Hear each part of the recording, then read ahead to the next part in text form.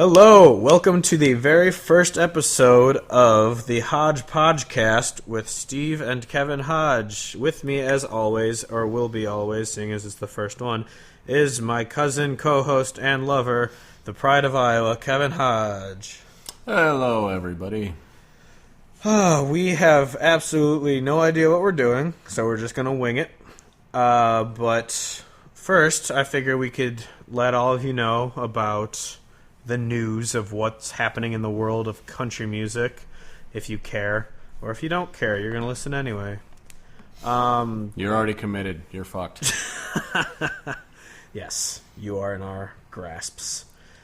I mean, there's not really too much other than, we could talk about what's happened recently in this past year of, like, the biggest thing is the Grammys. Sturgill Simpson. No. The biggest thing of the past year is the fact that the great Merle Haggard died, but. Well, I'm not talking about literally the last year. I'm talking about early in this year. We are 3 months in. Yeah. But, Grammys. Speaking of Merle Haggard, did you see that they're finally having a tribute concert for him a year after he died? Yeah, so I saw that, but it kind of bugs me more than anything because, I want to have something that honors Merle Haggard. Like, he deserves, fucking months of parades and shit. Like, he's the greatest. But Nashville just needs to fuck off in general because, it doesn't make sense that Nashville even does anything to honor Merle Haggard. And the fact that they're doing it so late and, how much of his career just related to not conforming to the norm. Yeah, it really it makes absolutely no sense. It's just fucking weird. Yeah, and then, with pretty much how Merle has told Nashville to fuck off, and Sturgill has pretty much said, all right, yeah, you guys need to fuck off because Merle hated you, and I don't know why you're just trying to sell out from his name. It's just a load of shit, pretty much. Yeah, exactly. Shit, what is there's too many fucking award shows for country music with the Academy and whatever. The ACMs where they did the Merle Haggard Award or whatever. Well, but also Sturgill's not even nominated in one of those awards for Album of the Year or whatever.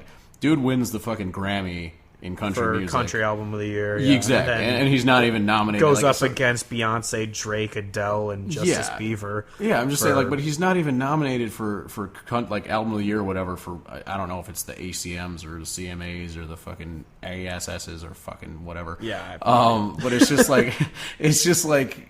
that it just proves how ridiculous all that fucking award show shit is. Yeah, everyone had the little tiny bit of, oh, we love Chris Stapleton, and then his album sold like crazy, but there's no representation on the radio. No one gives a shit anymore because most people were like, oh, did you see that guy who performed with Justin Timberlake? My God. Oh yeah, no, that whole thing really bugged me because, well, one, people were just like, oh, I don't know what that's like. They heard the two songs. There was a Justin Timberlake song, and then there was the Chris Stapleton song that they played. And people were just like, I don't even know what Justin Timberlake song that was. I'm just like, well, they're even a fucking Justin Timberlake song. Fuck off. Well, he did the one song, played "Drink You Away" or whatever. They did play that, but they played shit. I don't know why I can't remember what song. I think they played Tennessee Whiskey together. I believe so. Yeah. Yeah, and people were like, they thought that was some pop song or some shit, and they're like, oh, I've never heard that before. And I'm like, no, god damn it. Yeah, it's stupid. But that also kind of brings on what we would have talked about if we had this podcast a few months ago. Is everyone is talking about and everyone was okay when Justin Timberlake performed at the ACMs or CMAs or whatever it was, but they didn't like when Beyonce performed. I'm like, well, no, because Beyonce performed her pop song. She didn't perform a country song. Oh yeah, I don't care what anyone says. That song is not a goddamn country song. No, I hate that whole idea where someone who does not listen to country at all, loves Beyonce, and then she comes out with a song that's got Queen Bee. Well, she's got some country elements to it, but it's still it had a banjo in it. Yeah, it was a fucking pop song though. We can't get away from it. And then people are just like, oh, it's the best country song of the year. It's like, okay, so you listen to literally zero country songs the entire year, but Beyonce made a song, so she's like, yeah, no, this is the fucking best. It's ludicrous. Yeah. And then of course everyone has to go to either the sexist or racist comment. I'm just like, oh, shut up. Oh, seriously, it's the fucking. It's a honestly, cop-out. I didn't care for Justin. I mean, Justin Timberlake was good, but I didn't care for him singing. Mostly, he was good because he was with Chris Stapleton, who we love. So Yeah. I mean, I don't know. I think he's super talented too, but it's well, yeah. I mean, I don't doubt Beyonce's talent either. Doesn't mean I want her on the CMAs. very true. Exactly. Let her win whatever Grammy everyone's bitching that she should win. I just don't want to hear her on the CMA awards. But Yeah, I don't listen to the no. CMA awards anyway, so I don't really care. Yeah, no, that's yeah. I don't listen, watch any of those. I just like look up who won after the fact, and then just angrily yell at the wall of my apartment because it's just like, this is a bunch of fucking horseshit. It's terrible.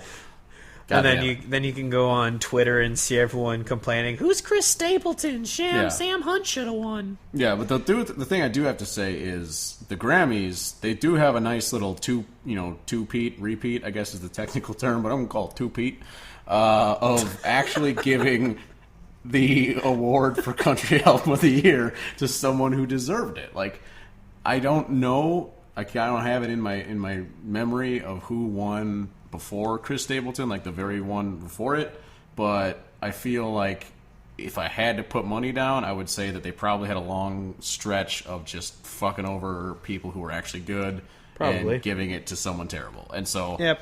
they're on a roll here. They got 2 years, 2 albums that were great, 2 artists that were great, actual music. Like always, it's great to look at how many songwriter contributors there are, and it's just like him. There's like fucking 3 of them, and Yeah. Beyonce needed like an entire 25. She needed a fucking child soldier army to write all the fucking words to that album. Yeah, and produce the whole thing and everything. But yeah, the what was I thinking? Oh yeah, with like then Chris Stapleton just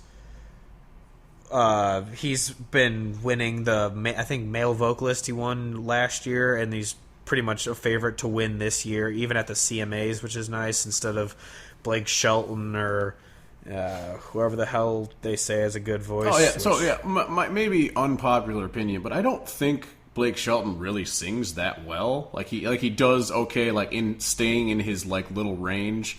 He's kind of he's kind of nasally anyway, but like I don't understand how they determine who the best vocalist of the year is, because it's definitely not on their ability to use their voice.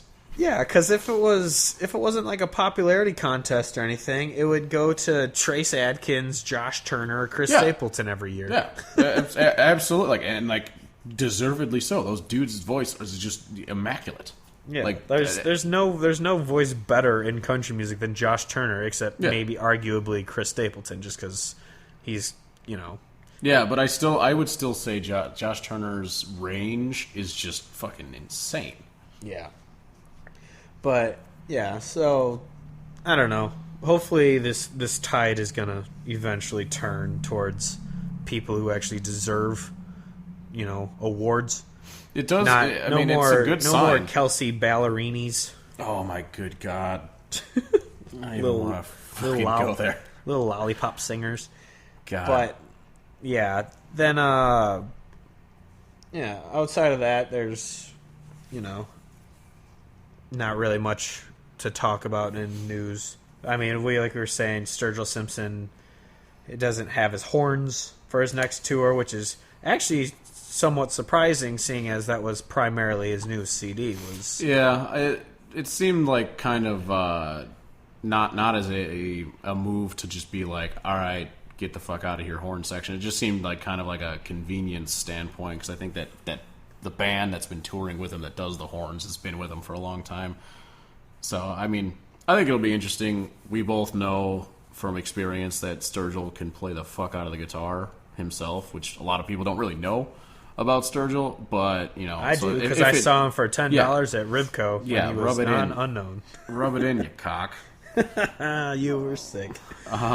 But I did see him in Texas when we went to Texas. That is true. And he mumbled his way through an amazing set. Yes, he did. But like the thing I think is, like, if he removes the horn section, which sucks because I love the horns in that album, It just kind of leaves it open that much more for him just shredding on the guitar, and just, probably being quote unquote more traditional country-ish, I guess, with this sound if he's not going to have the horns. But like even everyone complaining that he wasn't God. being traditional country with the horns. Okay. I'm like, that's what he.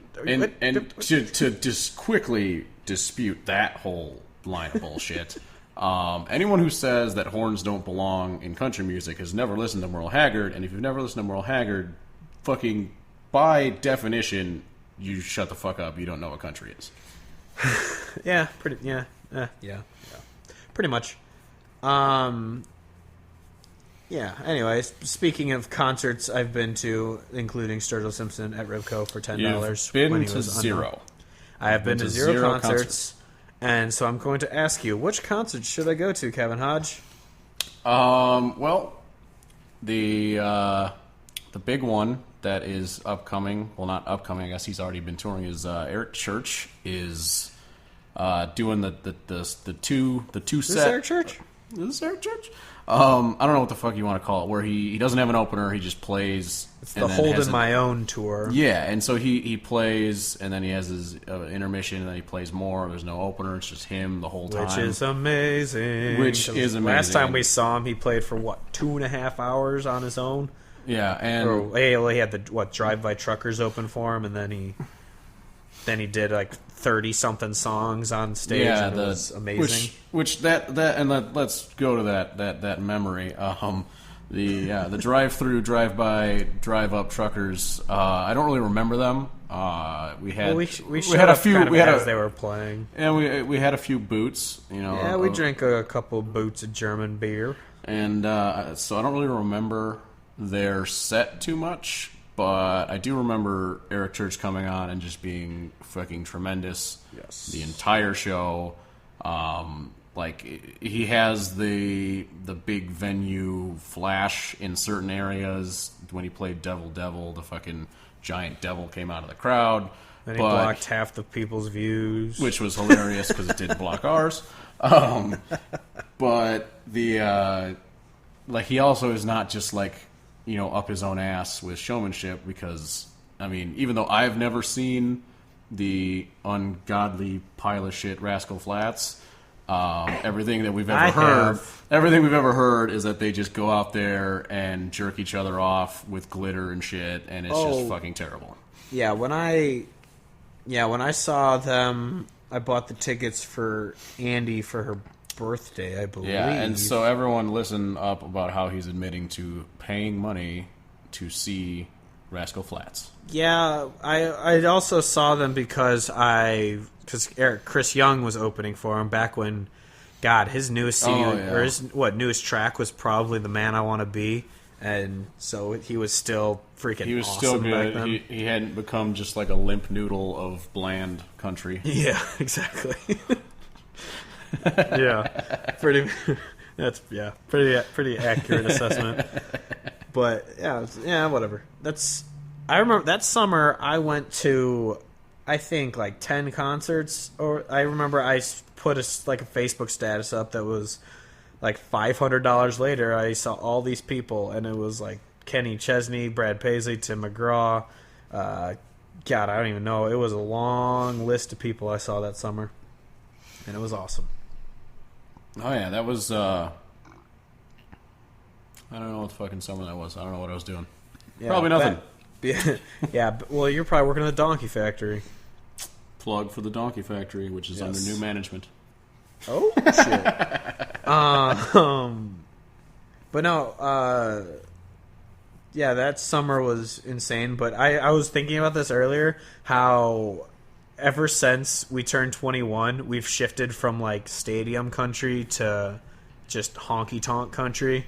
Yeah, and I will say till the day I die that seeing, well, first of all, when you see an artist, no matter how famous they are, in a smaller venue, you actually get to see the fucker. You can see the person. It's not just you're not just watching a jumbotron. You don't have drunk 16-year-olds falling all over you. Yeah, no fucking country thunder shenanigans. Drunk high schoolers everywhere, and you're watching the person that you paid to see is on a jumbotron and you're watching that because you can actually see the person there. But if you look down to the stage, like, oh, look at that little speck down there. Because as we also know, we did not have money as children to just be like, hey, Mom, I want to watch a front row concert at this place for like You don't want to spend $100. $150 to stand in a pit? Yeah, no. And also, fuck that, because people suck and get out of my goddamn way. Yep. Well, yeah, still, we can definitely still probably say that the best concert we've been to is when we had the table at the 8 Second Saloon in Indianapolis. Yeah, I was going to say, like, I couldn't tell where you were going with that, but I was going to say, if you don't say Whitey Morgan, Cody Jinks concert was the best one we've been to, Yes. you are fucking high. Had our own table, God knows how many buckets of beer. That was... It's like 10. That was, yeah, that one... Probably my favorite, if not just top 3, because Eric Church on his own, or that 2-hour concert, that was amazing. And then the very first time I saw Brad Paisley was also amazing. But Yeah, I mean, I would have to, and then, I mean, this is just a whole nother discussion topic, too. Like, I would say, like, you got to break apart the indoor to the outdoor, because, like, there's a whole different animal than an outdoor venue. And so, like, Tinley Park's outdoor venue is kind of cool. Like, I like it, but it's still, like, if you're sitting in the grass, which most people do because you don't want to pay a shit ton of money. Like, yeah, you're just $20 lawn seats, baby. Yeah, so you're on the fucking lawn seats, which is not that comfortable, and then beers are super fucking expensive. It's terrible. Wait, you don't want to spend $13 for a Bud Light? I was in Chicago this weekend, and I spent so much money because alcohol in the city is fucking terrible. Yeah, I remember the first time I went to the city. I went with Chris, my older brother, for the listeners. Yeah, we've been name dropping a little bit, and I don't know if anyone knows who they are, but Nope. I mean, fuck it, you'll figure it out. Just like the listeners will one day learn what no chicken after 9 means. But Can't get no chicken after. you can't get no chicken after 9. But the first time I went to the city, I remember it was with Chris. I think it was the night before that Wisconsin-Minnesota hockey game at Soldier. Wisconsin won. Yes, they did. But that's not the point. I don't know. I got to drink for free at the Minnesota alumni tent, even though I never went to that school. But Yeah. But I remember we went out the night before and we went to this bar, and because their drinks were so expensive, I went up and I saw that they had I think it was Kona Big Wave, actually, which I do like, but it was like Beer. it had a like a sign up there. It was like the special of the day for $5. I was like, holy shit, that's expensive. But it was like the cheapest one, so I had to drink Kona Big Wave all night. And that's exactly the big venue outdoor concert experience is basically just like getting rammed by Chicago prices for alcohol. That's just the entire thing is just that. Yeah, pretty much. Yeah, I can't remember who it was I was out with. It might have even just been Lauren. We were out, and I was just like, I miss college prices for alcohol. It was so great. Well, I got back to Iowa, and everything has already been cheaper, and it's the greatest thing ever because fucking downtown is the devil. Yes. Speaking of downtown, wait, where is... Oh, wait, no, you're going to Iowa City for Cody Johnson? Yeah, so I guess that leads us into more concerts to go to, which Sucks probably... that Red Rodeo closed down. Well, it's open again. It's just not Red Rodeo anymore. Is it a country bar? Yeah, it's called... Well, I don't think they're going to have nearly as cool of artists playing anymore. No. There's this bar in... I live in the Quad Cities, which you probably have never heard of, except for the fact that most people listening probably are our friends at this point, so they have heard of. But thank you, friends, for listening and giving us 1-star reviews on iTunes. Plug to the friends. But there was this bar that was a country bar, and it got Cody Johnson to play, and that was like the most insane thing, that he actually came to town and played, and it was amazing. But then that bar closed down, and it got reopened, and they removed the Mechanical Bull, which wasn't even there every time I was there, so it was kind of pointless. And seems like it's more like they get cover bands in constantly. I have literally not heard any announcement of any act like that is moderately even close to famous announced for that place since it reopened. But it is open. Like, it's still a giant open So the Lax aren't playing there? God, fuck no. But back to Cody Johnson. So he's playing on Friday in Iowa City. I'm going out there to see Choate and Alyssa and plug for them. Even though I have to imagine this pod won't even be available until after that concert's done. So if you want to go to that, hindsight's a bitch, I guess. Yeah, well, but we're that's seeing amazing. him again in April, so everyone can go see him at Joe's Bar, April 22nd. Yes, also great. Yes. And then, obviously, like I started with, the upcoming concerts. I'm seeing Eric Church at the iWireless in Moline. I think I'm the day after that one. Probably. Well, So mine's on Rosemont. Mine's on a Wednesday, so I don't know when yours is. I think mine's Thursday, so yeah, it should be because I think Friday he's in Milwaukee, maybe, or Saturday. I'm not sure. Yeah. But yeah, I'm going to Rosemont with Brett and I think some of his coworkers and seeing Eric Church there. Should be sweet. Oh yeah. All right. Good shit. Yeah. So, I mean, we could go on and on about every fucking concert we've been to. Chris Stapleton, Aaron Watson, everything. But speaking of Eric Church, I guess we could get into our topic of the week. Eric Church. And we will answer, is he a country artist? Is he not a country artist? Is he a bro, sorority, pop, bullshit artist? Or did he used to be a country artist who sold out to his label and is now a giant puss? Yeah. We'll answer that at the end. So, I mean, we could start So off stick with around. his... Yeah, so we could start off with his first album, of course. Good old Sinners Like Me. Sinners Like Me. Amazing album. Classic album. Great album cover. Yes. For Looks everyone like- listening, look at the album cover. Yeah, just a little bit of terrible, terrible podcast form. Let me describe some shit that you can't see. Yeah, so this came out in 2006, which, wow, I can't even believe that it was that long ago. 11 years ago, damn. I mean, pretty much, I think the songs everyone knows from it are... I don't even know.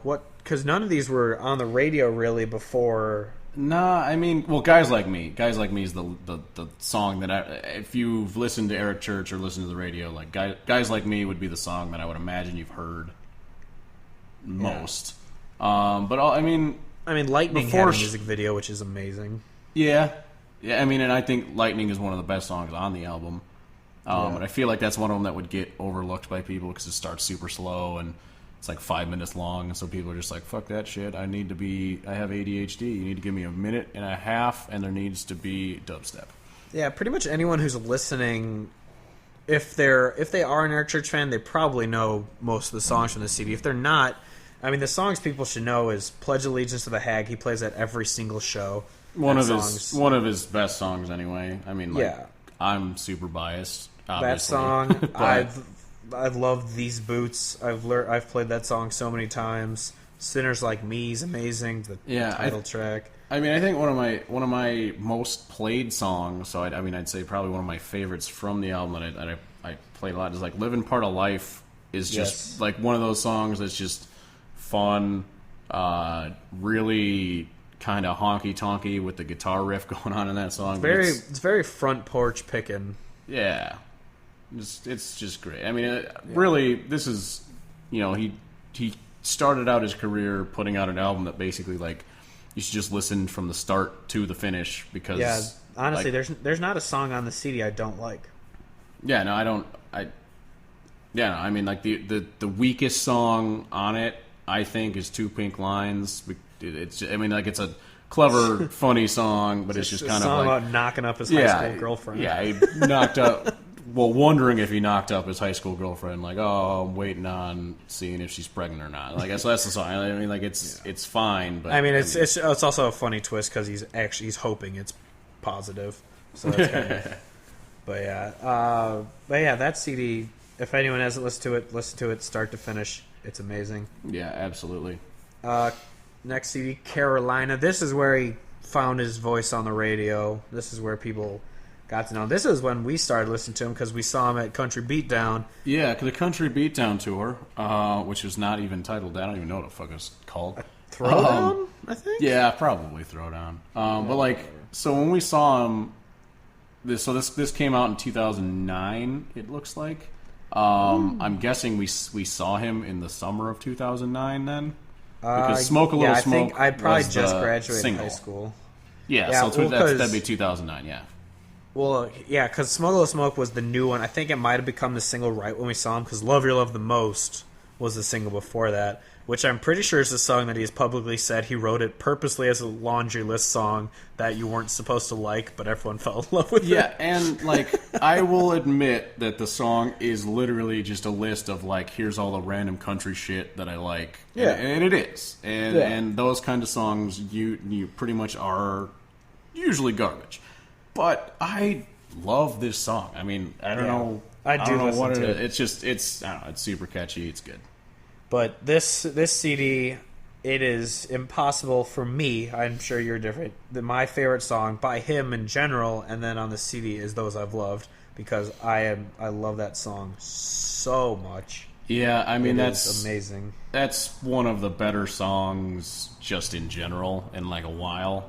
Just you listen, like it's one of those you look at the lyrics and you listen to the song and it's just tremendous. I think I kind of feel the same way about Where She Told Me to Go, because it's a really clever line. And it's just that Where She Told Me to Go is just talking about told him to go to hell, and now he's there. It's a breakup song. And I mean, I'm sure a common theme in this pod will be the fact that sad songs are just inherently better songs than happy songs. It's just a fact. Well, because it was... Get used to it. Sad songs are fucking so much better. Like next week, for a little preview, we'll get into songs that are happier and usually involve alcohol. But for now... Spoiler alert, it's about St. Paddy's Day, and every St. Paddy's Day for me, now that I'm a working person who's in a very busy part of the year, St. Paddy's Day is my one Saturday off where I just get fucking wrecked, and it's great. So because of me. So we're gonna talk about drinking songs. So a little preview to next week. I mean, I don't know if week is the correct way to say. I mean, it's gonna come out. It's gonna come out in like a week or two or some shit like that. We'll try and have it up the same day. But I mean, like I don't even know when this is going up, so I don't know. I don't know if I can even say next week. So we'll figure it out. Yes. But the rest of I'm looking at the track list, and there are some that I completely forgot about. That like Young and Wild, great song. Longer Gone, great song. I don't even really listen to those that much, and I forgot how great they are. Yeah, I mean, Young and Wild is like I don't know. I mean, like it's a weaker song just because it's. But I just a like happy it because song, like, and happy song's terrible. It's like I like it because it's like a dumb teen like stop being a fuck up type song. It's like just live. I mean, oh yeah, I mean, be young and wild kind of. Oh yeah, no, it's good. I mean, like again, like Sinners Like Me, the entire album, you should just listen to it from start to finish because you really can't go wrong. But with that said, as like, you know, all the songs are basically sets the bar high, and then like you've got the random ones that are just like immaculate. Yeah, it ends so strongly because the last three tracks, Carolina, Hell in the Heart, those I loved. Like Carolina is one of my favorite songs ever. Yeah. Like I'm not even from Carolina. Have no ties to Carolina in any way. What are you talking about? You only listen to Sweet Home Chicago on repeat. Exactly. Because I just ranted earlier about how much downtown Chicago pissed me off this past weekend. But yeah, Sweet Home Chicago. But yeah, like I mean, that's one of those songs where like you listen to it and like you want to go there and it sounds great. And I mean, for us, I think like I listen to that song, I think about like going fishing up north and like. Obviously, Carolina and Wisconsin are very different places, but just one of those songs that kind of transports you in your mind. Yeah. All right, we can move on to Chief. This is the CD that really blew him up. Yeah. You were saying because this is the CD he had his first number one. Really, he hadn't had a number one before this. Nope. "Drink in My Hand," I'm pretty sure was his very first number one single. Which again, I mean, like, and that just goes to show how stupid radio is, because like "Drink in My Hand" is like a very catchy, good drinking song. It's honestly my least favorite song from the CD. Yeah, well, I was just saying, like, it's a good drinking song, and like when it like if I'm gonna be able to be given a song that's gonna be played out at a bar because they're not gonna play me the songs I like I will take Drink in My Hand played at the bar because like that's like the only like no, I'll take it. It's good. Yeah, I'm looking at his singles from Carolina. Love Your Love the Most, Hell on the Heart, and then Smoke a Little Smoke, were his 3 singles. And Love Your Love the Most and Hell on the Heart both peaked at 10. Wow, that's That's And surprising. Smoke a Little Smoke only went to 16, which is crazy. And then I do remember this. His lead single from Chief was Homeboy, which I still remember when I sent you that song. All you replied to me was eargasm. I mean, I'm pretty sure I put that song on repeat and just like fucking over and over again. Just I remember played it. It was- Dan Childress, shout out. He told me I remember one time we went over to his house for a party and he literally had it on repeat on his PlayStation playing in his room. Oh yeah, it was that song I thought was absolutely amazing. I mean, yeah, like this album was really the one that he took that step. He took that step that is the same step that you make when you're about to sell out.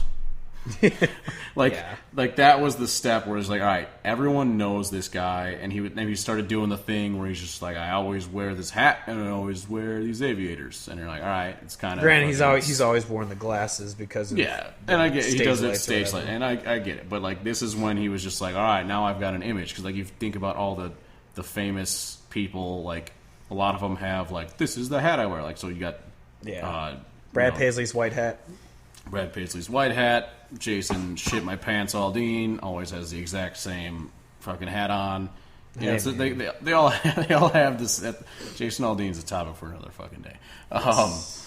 But like they have that like look, and so this album was like, all right, he's gonna do the aviators and this hat forward, okay, and so like he really, and then I guess this whole rant started with me just saying that it took him to the mainstream radio, and Drink in My Hand is the perfect kind of song to be a number one and be liked by people who don't even like country music. And then what's up?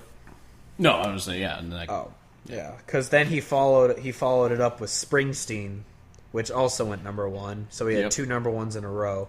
And of course, I still remember that. I love that song. I think it was my favorite from that CD from a long time. But I remember that was when I was working for the Park District, and it was on every 5th song on the radio because they had the radio on the truck, and that song got on because it was that song and You Don't Know Her Like I Do. And those 2 songs played pretty much one after another the entire summer, and I wanted to kill myself. Yeah, yeah. And I think that was the last time I listened to the radio, too. So so to anyone listening, just know that most of the time I don't know what singles are from each artist because I don't listen to the radio ever. Yeah, no, very important information about us as people is that we don't listen to the radio because the radio's terrible. And we can make our own music and plug them into our cars because this is the fucking 21st century, and that is in every car. Yeah, we don't want the commercials radio are telling you what music you have to listen to. We want to tell you what music you have to listen to. Exactly. We're better than them. But looking through this one was another one I liked. Almost everyone. This is the first CD where I was kind of iffy on some songs, like Drink in My Hand. I wasn't huge on. Keep On kind of got on my nerves after a little while. Yeah, I think this is an album where, looking back on it now, which this came out in 2011, so we're 6 years down the road. I look back on it and I look at all these songs and like, yeah, it's like solid. Throughout the album, you've got a lot of songs that are good and worth listening to, but like, I look at it as like kind of one of the, like, now that I've had the whole sample of his albums up to this point, like I feel like it really is a weak album, and it really did, like I said before, like the step that you need to make to become a sellout is this one, where you have a very radio-friendly presence. Like, he still does have good songs on the album. I don't want to make it sound like I'm hating on it. Because, like, Over When It's Over is my favorite song from this album. Oh, yes. Very and, like, I don't think that one gets played very much ever, but, like, that's my favorite song from the album. I think it's great. I play that one a lot. But this album really felt, looking back on it, like, it was that move where he's like, all right, I've gotten some traction, time to just, like, get fucking paid. And he did a really good job at it. You know? Yeah. Like, yeah, and then, I'm looking through it, and there's songs like, I think, wasn't Like Jesus Does a single also? Yeah, it was. It peaked at 13. You are asking the wrong guy about singles existing. Yeah, so that one, so the CD, it was the first kind of misstep in his career where I was like, it's not all good. But, and then you get, next was his live CD, which I still like, even though... Oh, yeah, I mean, I would say listen to the live CD and just let it roll, because it really is. It's a well-done live CD. Yeah, the live versions of Sinners Like Me, where it's just acoustic, These Boots, and then Springsteen, where he actually sings Born to Run in it. I love those songs. Yeah, and quick backtrack to just go see him live, because he is amazing. Like, this album really doesn't do the live show justice, because you can never do a live show justice. But this album does a really good job to show that, like, the sound that he gets when he plays, and, like, the acoustic songs, I think, are, like, I mean, and I think that's the best of, like, most artists, is, like, the way you can tell if they're actually talented is if they strip it down and do it acoustic, and Eric Church's acoustic shit is amazing. Yeah. So after that was just his little brief reprieve to hold you over until his next CD came out, which is The Outsiders. And when he launched this CD by introducing us just to the song The Outsiders, I thought this CD was gonna be shit. Yeah, see, and I felt I still liked the song The Outsiders. It's whatever, it's different. It's not really a great country song, it's more of a rock song. True, but the thing that I liked when he started out with that was kind of him saying, like, I realized that I just kind of made it look like I might turn into a shithead and sell out. Yeah. But nah, this is the shit I actually want to make. And it's like, okay, the dude's kind of out there with the rock shit, but I would much rather him do heavy metal as a transition than to go and be a pop country sell-out douchebag. But then, because I remember he released another single before the CD came out. He released Give Me Back My Hometown right after it. Which is a very good song. Yes, which I love that song. The music video is amazing.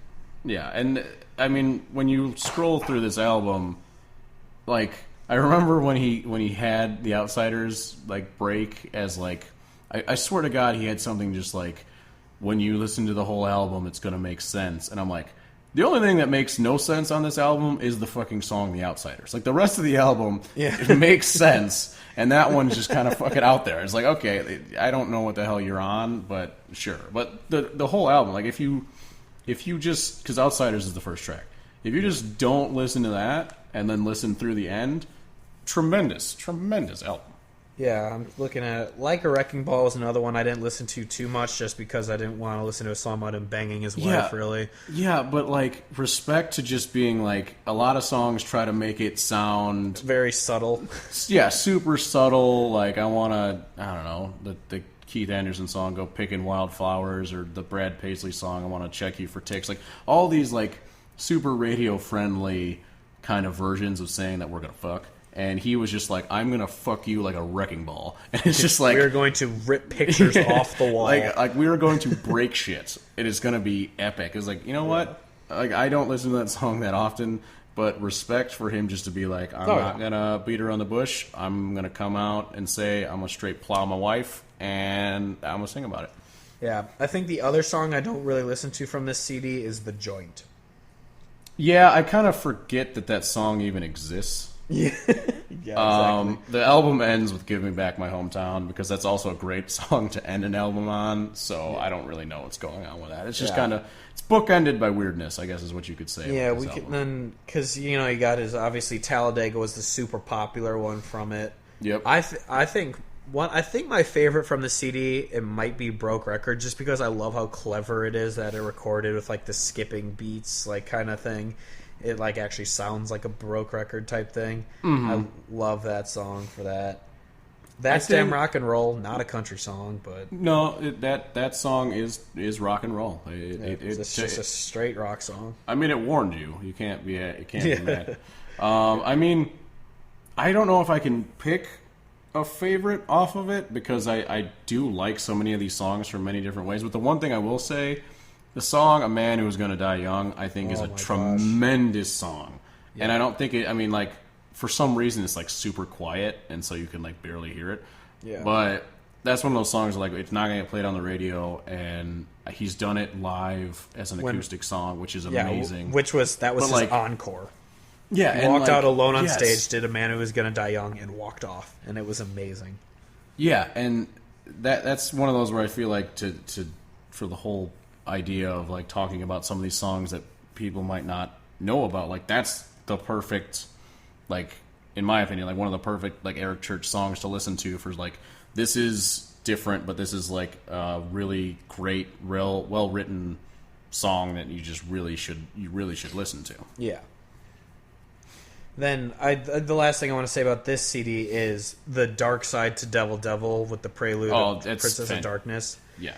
Like, the Dark Side is such an amazing song, just talking about, like, you know, I put on this kind of mask for my family, but they don't want to see, like, the darkness kind of inside of me type thing. And definitely, you don't want to see the darkness inside of me, like, I will kill you type thing. And then obviously the prelude is kind of weird, isn't it? It's pretty much talking about, like, Nashville will bend you over and spit you out kind of thing. Yeah, I mean, I think it's... I mean, full disclosure, I skip that shit every time I listen to it. I just scroll ahead so where the music starts. But I love the song Devil Devil, like, after that's over. Like, I love that song.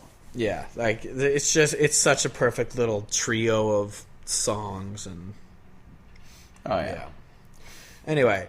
Which brings us to his newest CD. Which November of 15 is when it came out, I guess. And I feel like it's more recent than that, but I guess it makes sense that than it is that old. But the thing, obviously, people would remember about this one is that there was no hype or like pre-release. It was a surprise release, and I got it a week before everyone because I was part of the church choir. What up? But yeah, dick. I was pissed because I didn't get one of those little white vinyls he sent out with it. But because I guess I wasn't part of the good enough church choir, I was just like, your life is so hard. My life is hard, man. I'm a white male living in a kind of a wealthy suburb. Come on, man.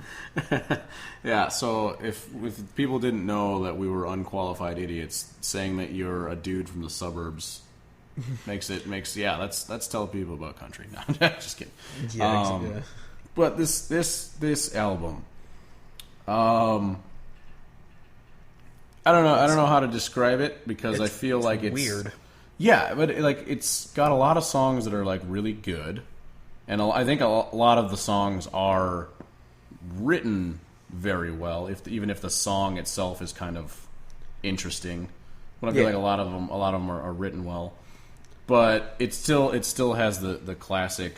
You know, he's not going to release an album without a couple songs that you were 100% going to just like want to listen to on repeat. And like, I don't know if it was even a single or what, but like Record Year, I think is one of the best songs on it. And I believe Record Year, Kill a Word, and Mr. Misunderstood are the singles. I believe. Okay. I mean, Mr. Misunderstood, I think is a good song, but it's kind of, I don't know, it's kind of different.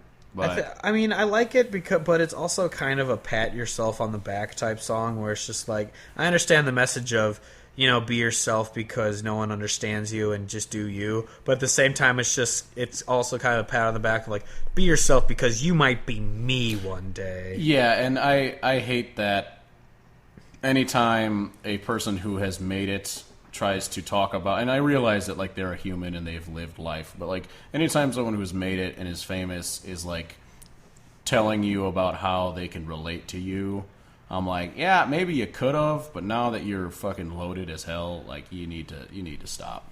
Yeah, but I think it was. Don't let that detract from a lot of the good things about. Yeah, this I album. think it was Brian Regan, the comedian, who was talking about like how he used to be able to have all of his jokes kind of be the same, like, oh, I understand everything about you, but since he's kind of rich now, he doesn't fly coach anymore, so he can't really be like, so I was flying coach, because it's just not true. I think it was Brian Regan. I might be wrong though. Oh, excuse me.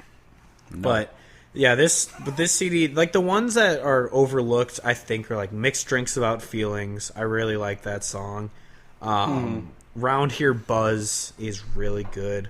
Obviously, Holding My Own. It's kind of the name of the tour, and it's a great song. Yeah, I remember that song. It reminds me of Living Part of Life, because it's still just kind of like a I'm relaxing and living my life type song, because it's about him, being with his family and everything. But speaking of being with his family, no offense to parents and anyone with kids, but I think his 3-year-old song just fucking sucks because I don't know anything about kids, and I get that it's like cute, where he's like all these lessons you could learn from a child, and I get it, but I just think that one was just kind of shitty, and I never listened to it. So I don't mind it. That's just my single in my 20s. Yeah, it's a song. It's a song I will hit next like 70% of the time, but there are times I will just let it play. Yeah, I mean, I like the idea of it. I just don't really like it. But yeah, I mean, and then every time I hear this song now, it reminds me of when we saw Eric Church at Country Thunder and how he opened with Knives in New Orleans. Which, full disclosure on that song, I have no idea what the fuck that song is about. No idea, but it's just crazy that he started off a concert with a song, most people haven't heard unless you're a diehard Church fan who's listening to all of his songs. Yeah. It's just respect I think to that, especially at Country Thunder, which again, reverse plug to that cesspool of shenanigans. But Country Thunder is fucking garbage. But just like start out with that crowd, like, all right, I know I got a crowd full of like overly intoxicated 15-year-olds. I'm gonna hit them with the song that none of them have heard before, and I'm like, you know what? Respect, Church, respect. There you go. Yeah, but pretty much outside of this I guess we could really quickly talk about his EP he released. Oh yeah, I don't really know that one that well. I don't remember when he released it. It's an old. I thought it was between Carolina and Chief. I don't know if that's accurate or not. But I thought that was what it was. I believe that most of the songs off the CD are actually. I believe they're covers. Oh, that would make sense. I felt that that's exactly just again like really quick. We don't need to beat this one up. I felt like it didn't have the feel of his songs for some of them. Yeah, because I believe he didn't write Chevy Van. I could be wrong, but I don't know if he wrote those songs or not. But like, I really like the song "His Kind of Money, My Kind of Love." I think that's a good one. But the rest of them, I'm just kind of meh about. Yeah, I don't really ever listen to this one, and it's worth taking. It's only 4 songs, like you can listen to that super quick. But I don't know. I think he's got obviously, and we just spent the last I don't know how long going through all the albums. Like, there's so many good songs to listen to that you've probably not heard of before. That like I don't really know what to say about the EP. That's just whatever. Yeah, we could do. I could say, we could do like little facts about him. I do remember this one. He opened, I believe he opened at a Metallica festival because his music is so heavy that he like opened for Metallica once. That's awesome. But he's also written songs. The only 2 I can think of that he's written for other people was he did "Life Off My Years," which Lee Brice sang, and he did "The World." I think it's called "The World Needs a Drink" by what the hell's her name? We got a great segment going, Steve. I know. Great segment going. I know. While you're trying to figure that out, I feel like it's also a good segue Terry into. Clark. That's her name. All right. I was gonna say I feel like it's a nice segue as we're talking about other artists transitioning away from Eric Church. Just upcoming albums and shit that's come out recently. I mean, the first thing that comes to my mind, obviously, is Aaron Watson released Vaquero a week ago, 2 weeks ago. About a little over a week. Yeah, that's a great one. Definitely check it out. If I had to guess, we'll probably do a full segment on Aaron Watson at some point. Yes. Dude's been making music for a long time and has been Is making great music. I think it's his 11th CD, if I remember right. Yeah, the dude's a modern day Chris Ledoux, and it's awesome. And anyone who has heard of him but doesn't listen to him probably knows him because his last CD, The Underdog, went #1, and it's the first independent artist to ever do that. So when you were looking at iTunes and looking up all the terrible country that is out there as leading the charts, and you saw that one album cover with the dude with the rodeo clown makeup, that's the guy. Yeah. But yeah, that CD came out. But upcoming CDs, which will come out, I believe, this week, whenever they might be out by the time this goes up, because I still don't know what's going up. But March 10th, eventually, first CD that I don't listen to him, so I don't know much about him. But Marty Stewart has a new CD coming out called Way Out West. I don't know anything about him. It just says Marty Stewart releases his 18th studio disc. It's about California. Backed it with his band, the Superlatones? Mike Campbell of Tom Petty and the Heartbreakers fame produced. And then his first single from it is A Whole Lot of Highway with 1,000,000 Miles to Go. So I don't know anything about Marty Stewart, so maybe, who knows, maybe we'll learn about him one day and we can do an episode. But I feel like I recognize the name, and I'm trying to look at him to see what songs he has. I know his name is very familiar, but I can't think of who the hell he is. I mean, he's the classic old white guy that probably has a bunch of random songs that we've heard of, but oh, I've seen his face a million times. Yeah, old white guy. Yeah. I don't know. Do you got any other albums coming out soon that you know of? I can't honestly think of anything. Yeah, there's 2 more coming out. The next one is Sonny Sweeney has a new CD come out called Trophy. I've listened to a couple of the songs that are on Spotify from it already. They're obviously amazing because Sonny Sweeney is awesome. So, one of the few. I mean, I don't want to say few because there's a lot of talented female country artists, but like one of the female artists that really does actually make good quality, who really deserves music. the spotlight but doesn't get it. Yeah, and is not just gonna sing a song about I'm gonna blow up my ex-boyfriend's truck for cheating on me and just releasing a whole album of cheating songs, even though you're happily married. Carrie Underwood, you're happily fucking married. Dude, you got to listen to Bill Burr talk about that song. It was on his most recent podcast, and it's hilarious. Jesus take the wheel? No, he was talking about before he cheats. Oh. It's like talking about how you should be able to whack a woman who destroys your truck. But sounds like we've now officially gone on record advocating for violence against women. Thank you, Stephen. Yeah, you're very welcome. I am not for that. But anyway, so Sonny Sweeney has a new CD coming out. The tracks that are out on Spotify, all very good. Listen to her. And then finally, the long-awaited. This album has been in fucking hell for 5 years or so. Josh Turner's new CD, Deep South. Oh. I did hear about that, yeah. I didn't realize... I knew he hadn't released one in a while, but I did not know why that was the case.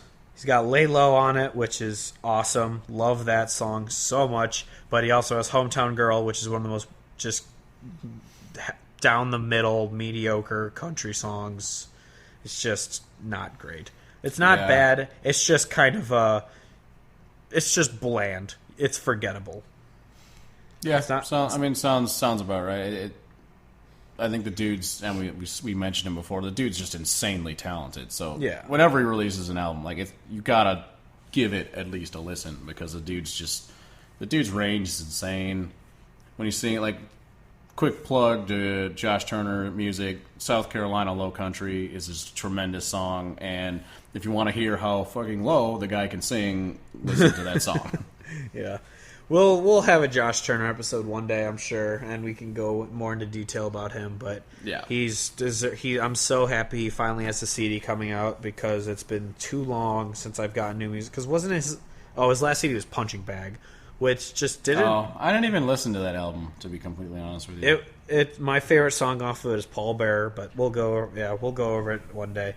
But for now, that's pretty much all there is to know about upcoming CDs and everything. Want to talk about shit we've been listening to lately? Just kind of been into? I mean, obviously we both listened to Vaquero because that Yep. just came out, and I've listened to that CD probably 8 times through already. I'm surprised Saving Country Music only gave it like a 6. I mean, I can see it. I mean, not to totally go into that album because again, I am 99% sure we'll do a whole Aaron Watson pod.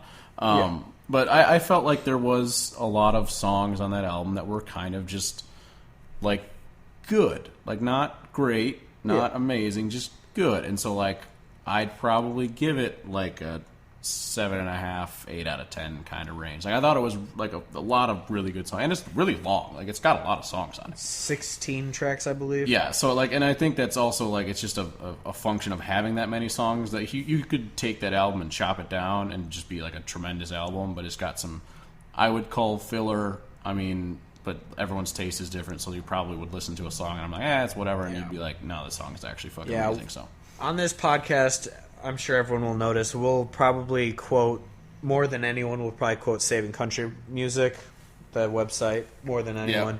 And but the one thing I had to just completely disagree with in his review for Vaquero was that he didn't like Run Wild Horses. Oh, fuck off. That's the best song on the album. He says, and I quote, he goes, he's talking about Out of Style and how it's just kind of not a great song, and he goes, Which is true. but that doesn't even represent the worst of Aaron Watson's new album Vaquero. At least Out of Style is driven by a fiddle, and though rapidly cliche in the lyricism, almost as if it was purposeful, is at least a little fun.